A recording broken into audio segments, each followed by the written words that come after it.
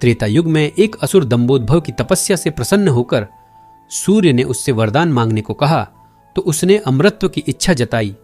सूर्य ने उसकी मंशा समझकर ऐसा वरदान देने से मना कर दिया।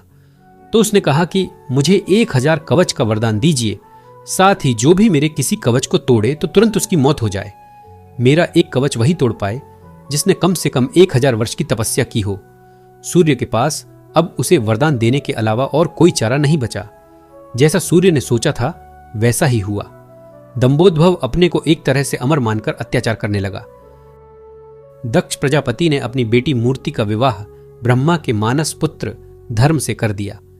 मूर्ति ने सहस्र कवच का नाम सुन रखा था, सो उसने भगवान विष्णु से उसके वध के लिए प्रार्थना की। विष्णु ने आश्वासन दिया। कालांतर में मूर्ति ने नर और नारायण नाम के 2 बच्चों को जन्म दिया।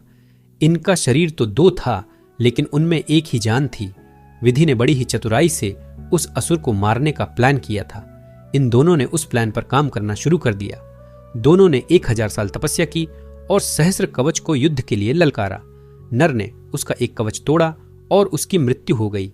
इधर नारायण ने भगवान शिव की तपस्या करके संजीवनी मंत्र सीखा था, तो उसने नर को जीवित कर दिया।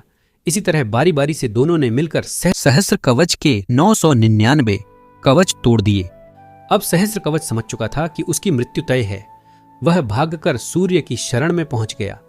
नर नारायण उसे मारने सूर्य लोक पहुंचे तो सूर्य ने सहस्र कवच को उन्हें सौंपने से इनकार कर दिया। तब नारायण ने सूर्य को श्राप दिया कि इसे बचाकर आप भी पाप के भागीदार हो गए हैं और आपको भी इसका कर्मफल भुगतना पड़ेगा। द्वापर युग में उसी एक बचे हुए कवच के साथ सूर्यपुत्र कर्ण का जन्म हुआ। कवच के रहते वह भी अजेय थे, उन्हें कोई मार नहीं सकता था। दरअसल नर नारायण से उलट उनका एक शरीर था, लेकिन उनमें 2 आत्माएं थीं, एक सूर्य की, दूसरी सहस्र कवच दंभोद्भव की। यही वजह थी कि सूर्य और सहस्र कवच के बुरे कर्मों का फल उस कर्ण के शरीर को भुगतना पड़ा। कर्ण ने अपने अच्छे कर्मों और सूर्य के प्रताप के बल पर दुनिया में महादानी के नाम से विख्यात हुए, लेकिन सहस्र कवच दंभोद्भव के बुरे कर्मों का असर खत्म नहीं कर सके। बुरे कर्मफल के तहत ही कुंती ने उन्हें पैदा होते ही लोकलाज के भय से नदी में बहा दिया। सूर्य पुत्र होने के बावजूद उन्हें सूतपुत्र के नाम से बुलाया गया। उनका अपमान भी किया गया। नर नारायण रूपी अर्जुन और कृष्ण सद्भव और सूर्य को उनके पापों का दंड देने के लिए द्वापर युग में अर्जुन और श्री कृष्ण के रूप में नर नारायण ने जन्म लिया और कर्ण का वध किया।